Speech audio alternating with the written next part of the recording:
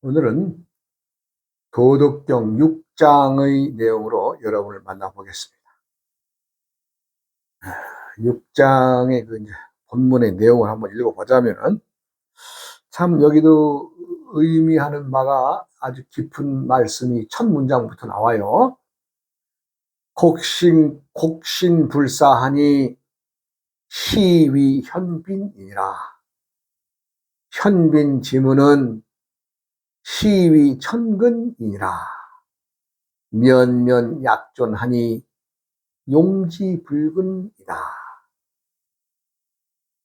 간단한 문장이지만 여기에서는 곡신, 골짜기에 신은 불사, 죽지 않는다. 이거 아주 재밌는 문장입니다. 그것은 시위현빈,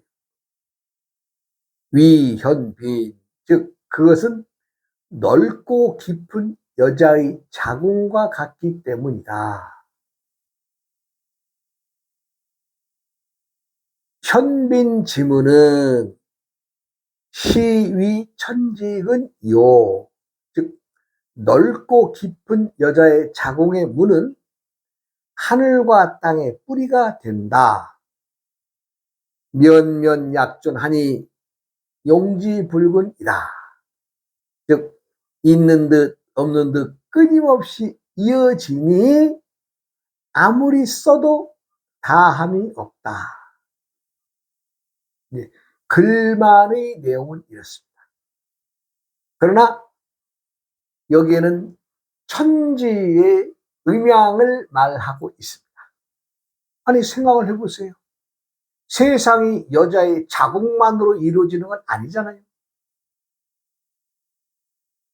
아니 자궁을 누군가가 쟁기로 갈아 엎어야 거기서 뭔가 씨앗도 생산하고 또 후대를 이을 수 있는 씨가 나오는 텐데, 이유야 어찌되었건 골짜기의 씨는 여자의 자궁에 비유했습니다. 자, 그러면 산이 하나의 전체적인 산을 볼 때에 그 산마다의 골짜기가 무수히 많을 텐데, 그럼 골짜기만 많습니까? 그렇지 않죠. 골짜기는 봉우리가 있어야 골짜기가 존재하는 거 아니겠어요? 아니 골짜기만 존재하는 산이 있느냐 얘기입니다. 즉 노자의 선생의 이 말은 골짜기에 비유한 골짜기 씨는 죽지 않는다. 왜? 여자의 자궁이니까. 그 자궁은 끊임없이 생산해내고 하늘과 땅의 뿌리가 돼서 만물을 생성해내는 자리다, 이런 얘기죠. 그래서 있는 듯 없는 듯, 즉 아는 놈이나 모르는 놈이나 상관없이 아무리 세상이 변하고 또 아무리 써먹어도 그 끝은 끊임없이 이어진다라고 하지 않았어요? 즉 그 말은 뭐예요? 여자의 자궁이 필요하듯이 남자가 존재하는 봉우리도 필요하다, 이 얘기입니다.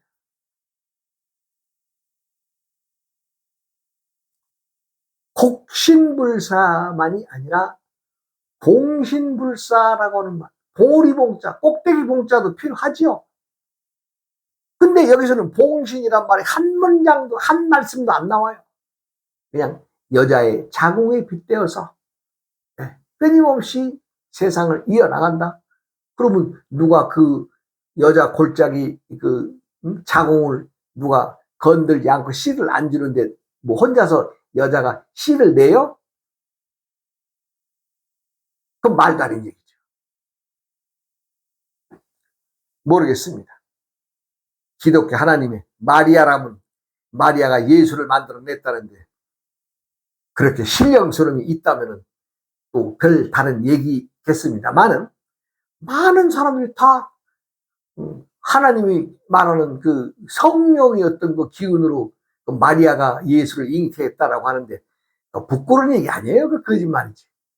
차라리 요셉의 아들인데 그 아들이 신통스러움이 있다. 이렇게 하는 게 더 낫지. 아니, 내 개인적인 의견입니다. 내가 뭐 부정하는 것이 아니라 나는 자연에 입각해서. 곡신불사라고 하는 말은 이 말 속에는 봉신불사라고 하는 말도 함께 포함되어 있다. 그것은 무엇이냐?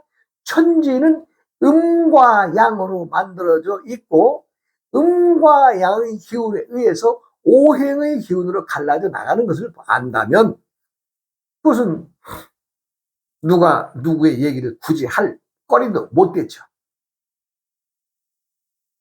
우리가 이제 천지의 생성을 보면 천간의 기운으로 이 생성을 보면 갑을 병정 무기 경신 임계입니다. 그런데 이 갑을 병정 무기 경신 임계에는 오행을 품고 있으며 오행의 시작은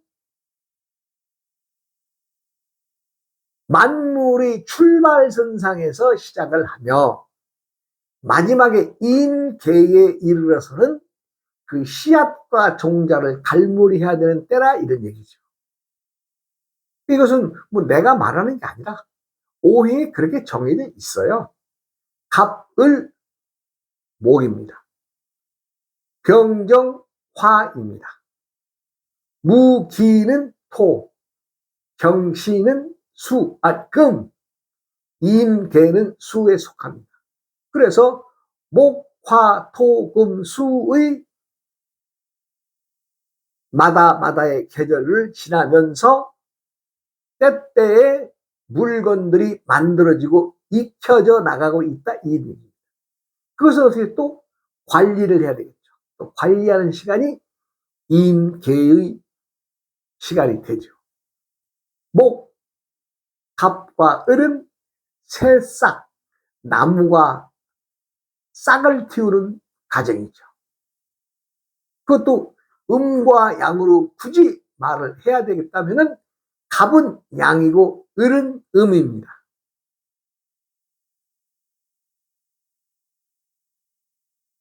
오행이 화인, 병, 정도 양과 음의 관계로 나눠져 있는데 양의 기운은 병에 속하고 음의 기운은 정에 속합니다. 이것은 내가 지금 설정해서 그 값을 만들어 놓은 것이 아니라 이미 정해져 있어요. 예. 그래서 곡신불사라고 하는 말, 즉 여자의 시위현민, 그것은 넓고 깊어서 측량하기 어려운데 그것은 여자의 자궁과 같다. 즉 자궁에 비유했어요. 왜 자궁에 비유했어요? 생산해내야 하늘과 땅에 모든 만물이 생산해내야 이어 내려져 가기 때문에 여자의 자궁에 비유하지 않았어요? 사람의 씨도 여자의 몸을 빌리지 않고서 어느 생명이 태어나는 사람이 있나요? 어느 씨앗도 여자의 자궁을 빌리지 않고서는 사람의 한 생명도 존재할 수가 없습니다. 그렇기 때문에 노자는 여기에서 그만큼 귀한, 그만큼 값진 물건을 골짜기, 즉 기름진 골짜기에 비유했고 여자의 자궁에 비유했습니다. 그러니까 있는 듯 없는 듯 이어지고 면면이 이어져도 아무리 써도 다음이 없다. 달아지지 않는다. 왜요? 세세생생 사람들이 그것을 이어나가기 때문이 아니겠느냐? 뭐 다른 거 없죠. 사람들은 누구라도 똑같습니다. 어느 세상에 어느 시기를 살아간다라고 하더라도 시의 내림은 누가 하지 않아도 시키지 않아도 그냥 본능적으로 이어나가게 되어 있습니다. 사람만이 아니라 짐승들도 마찬가지죠.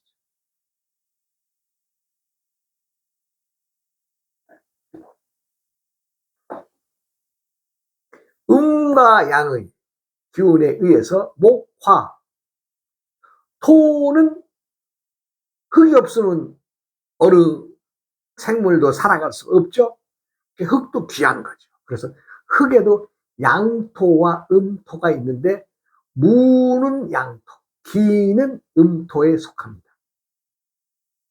그 다음에 열매가 맺어서 열매를 뜻하고 있는 경신은 금에 속하는데 이것은 결과물입니다. 결과물. 그래서 양의 경과 음의 신으로 분리되어져 있죠. 그러면 열매가 다 됐으면 그 열매를 또 관리해야 되겠죠?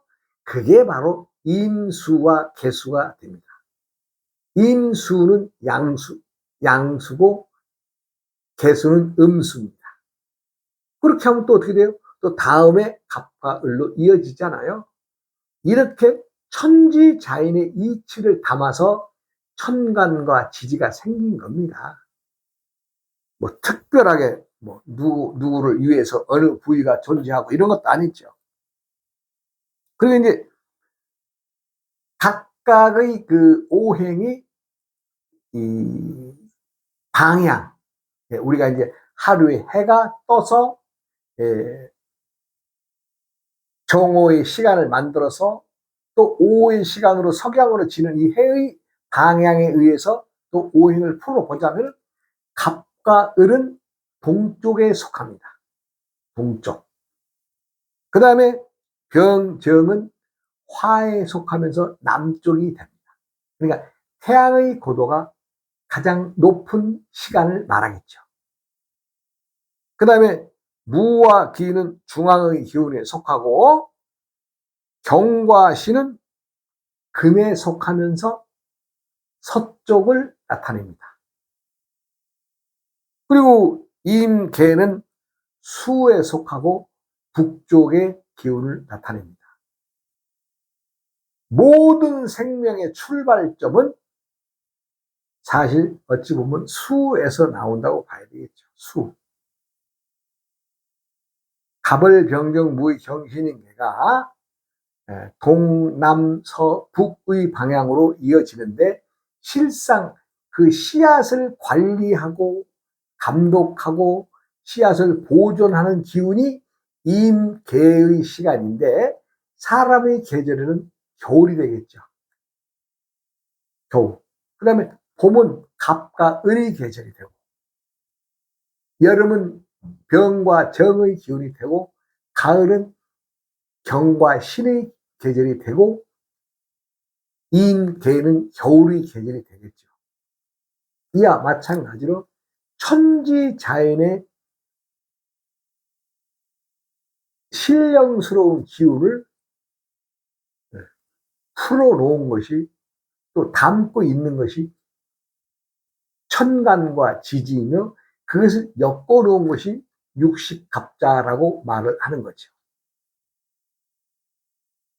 육식갑자의 속에는 갖가지의 기기묘묘한 일들이 많이 있습니다. 왜? 그 마다마다의 동물들이 하는 행태가 봄, 여름, 가을, 겨울이 다르기 때문에 그렇습니다. 남놈만 존재해서도 즉 여자의 자궁만으로 세상을 이어지는 건 아니겠죠. 그럼 여기에서는 순놈의 스스로운 기운은 한마디도 일르지 않겠지만 당연히 포함되어져 있는 거죠. 그래서 내가 감히 곡신불사는 봉신불사와 함께 있다. 즉 골짜기나 꼭대기 봉우리나 존재하지 않으면 어느 생명도 품어줄 수가 없다 이 얘기입니다. 이 세상에 태어나는 모든 것들이 애비 없이 태어나는 게 있어요.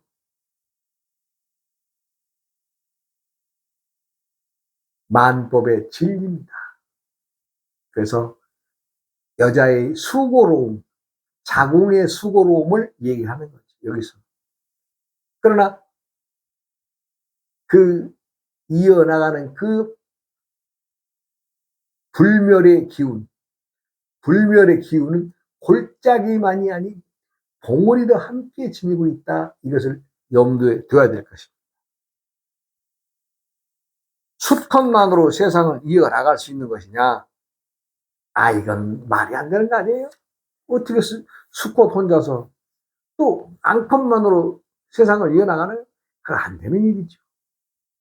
예.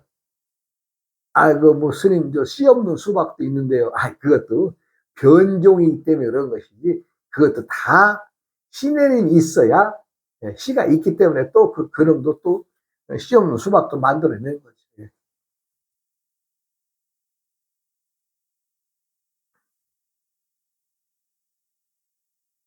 곡신과 봉신은, 곡신은 골짜기고 봉신은 봉우리를 말하는 거죠. 근데 봉우리의 기운이 없고서는 골짜기의 기운도 온전할 수가 없죠. 왜? 양기는 뻗치는 기운이죠. 뻗쳐. 위로 뻗치는, 아래로 뻗치는, 뻗치는 기운인데, 음기는 뭐예요? 받아들이는, 수고로움을 감내하는 것이 아니에요? 제가 이제 누누이 말합니다만, 지금 많은 사람들이 세상을 살아가면서 부부가 환절기에 헤어진다 그랬죠. 환절기에 헤어지는데, 요즘에는 나이 먹어서 시도 때도 없이 그냥 헤어져요. 노인네들도 50, 60 넘어 70대에서도 그냥 이혼을 불사를 해요. 왜?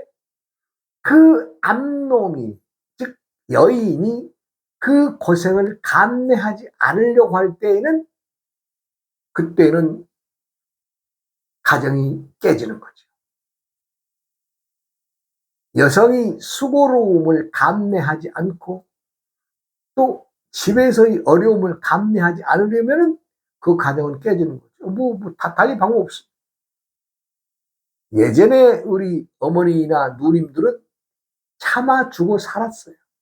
근데 세상이 점점 개인주의에 빠지고 편리함에 빠지다 보니까, 누가 고통스럽게, 얼마 전에도 제가 만나서 60이 넘어서 이혼하신 분인데, 세상 편하답니다. 왜 그러냐면 밥을 안 차려주는 것만 해도 편하답니다. 나는 여성들이 밥 차려주는 것에 대해서 당연한 줄 알았어요. 근데 그게 아니에요.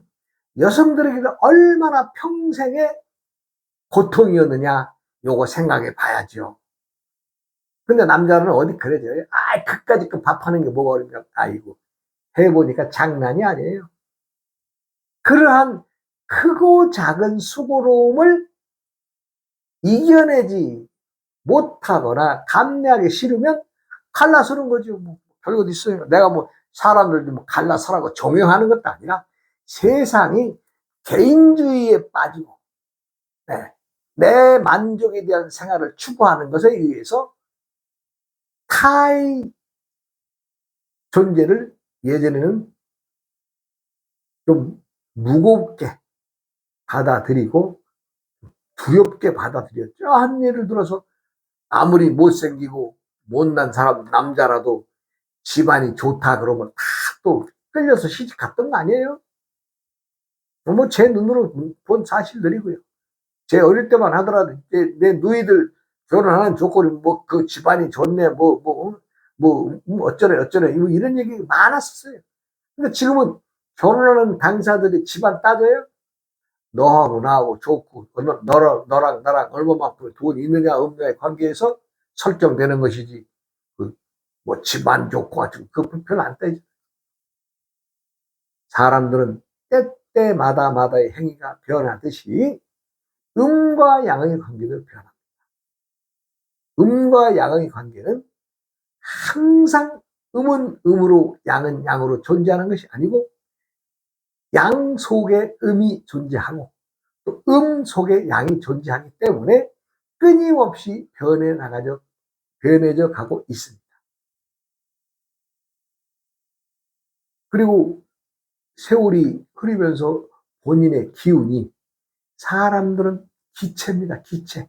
길을 품고 살고 있고 길을 먹고 길을 먹고 있어야 존재하는 것이 사람입니다.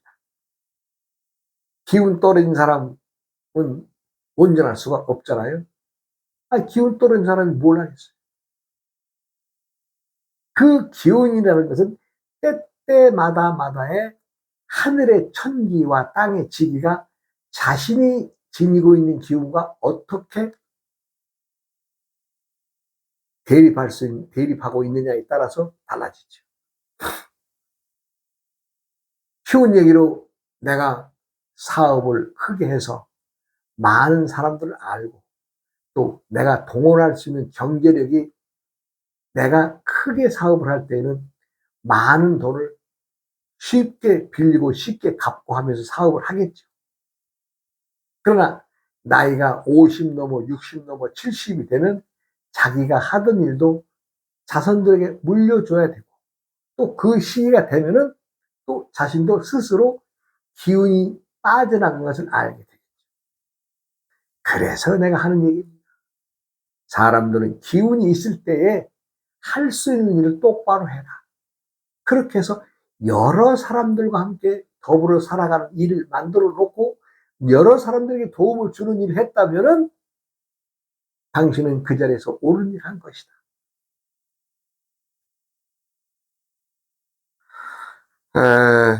참 주위에는 이제 나이를 먹다 보니까 과거에 좀 공무원직이나 또 회사의 높은 직에 있던 사람들을 많이 만나 봅니다. 내가 뭐 무슨 했다고 대가리 끄덕대고 다 있는 들 많이 봅니다. 나는 그래요. 야, 너 그 자리에서 뭐 했냐? 응? 네가 높은 지위에서 네가 말하자면 과장을 넘어 국장까지 올라가서 더 이상 자리가 없잖아요. 국장보다는 공무원 시장이나 되면 몰라도 뭐 민선이니까 사람들을 뽑아야 돼. 그러면 과장, 국장 올라가서 네가 한 일이 뭐 있냐? 응? 네가 그때 때마다에 만나는 사람들을 귀하게 여기고 네가 할 수 있는 일을 도와줬느냐?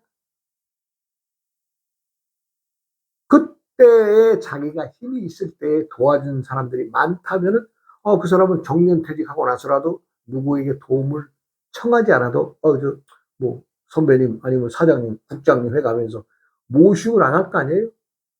아니면 어느 회사라도 하나 또 응?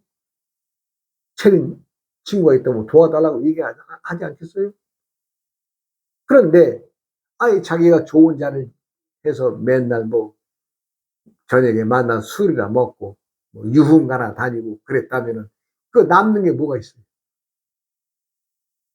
안 봐도 뻔하죠. 뭐 그냥 그 직책이 높은 친구 집에 뭐 저는 술을 안 먹으니까 술 욕심 나서 그런 얘기는 아닌데 가보면 그냥 아주 비싼 양주들이 그냥 쫙 방에 아주 한 방을 가득 채우더라고요. 그러면 자랑을 해요. 이건 어디서 받고 이거 어디서 생기고 아이고 내가 속으로 아이 미친놈아 그 술이 뭐라고 거기다 그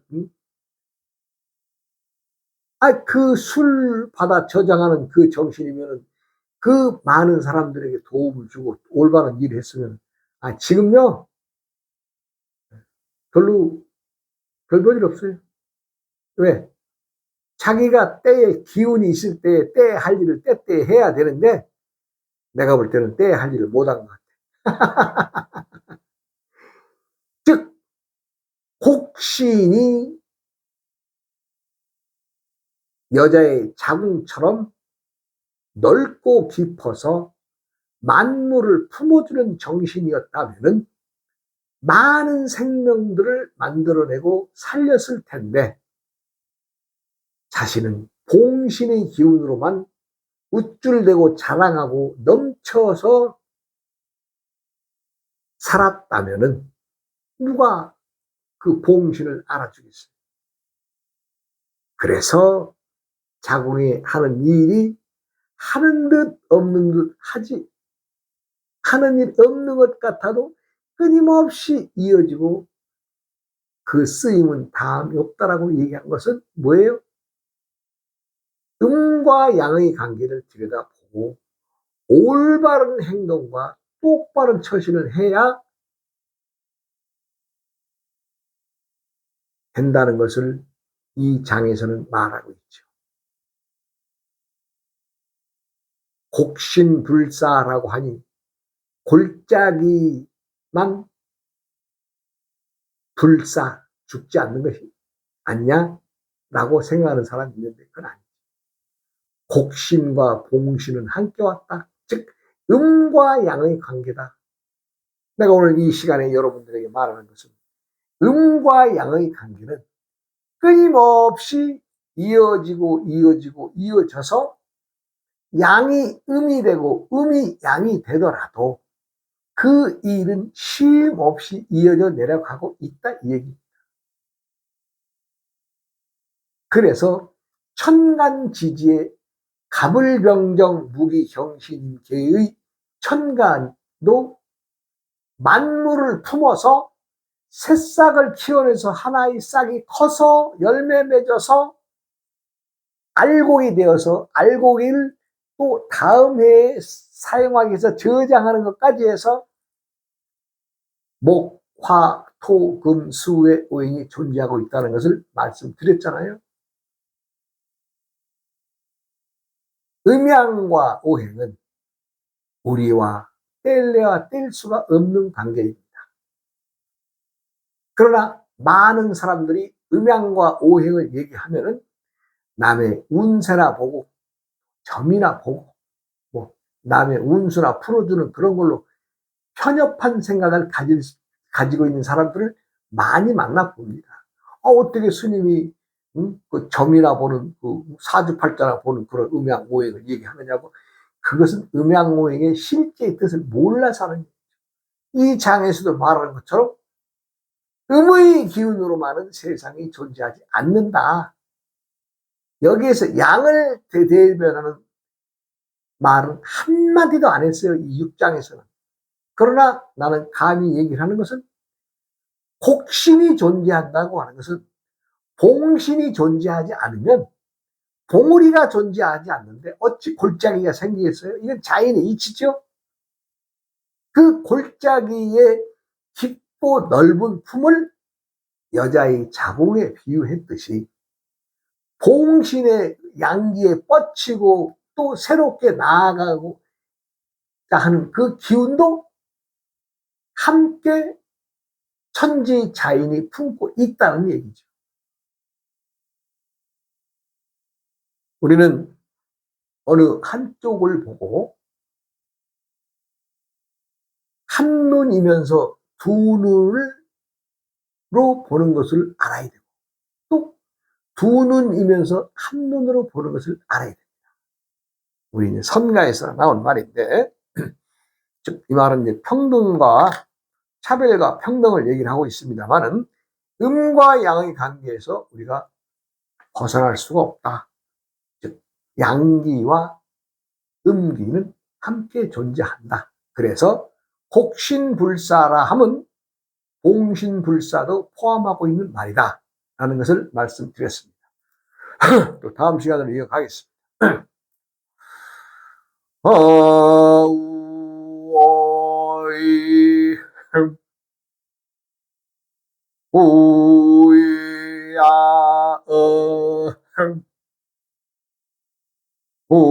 오이야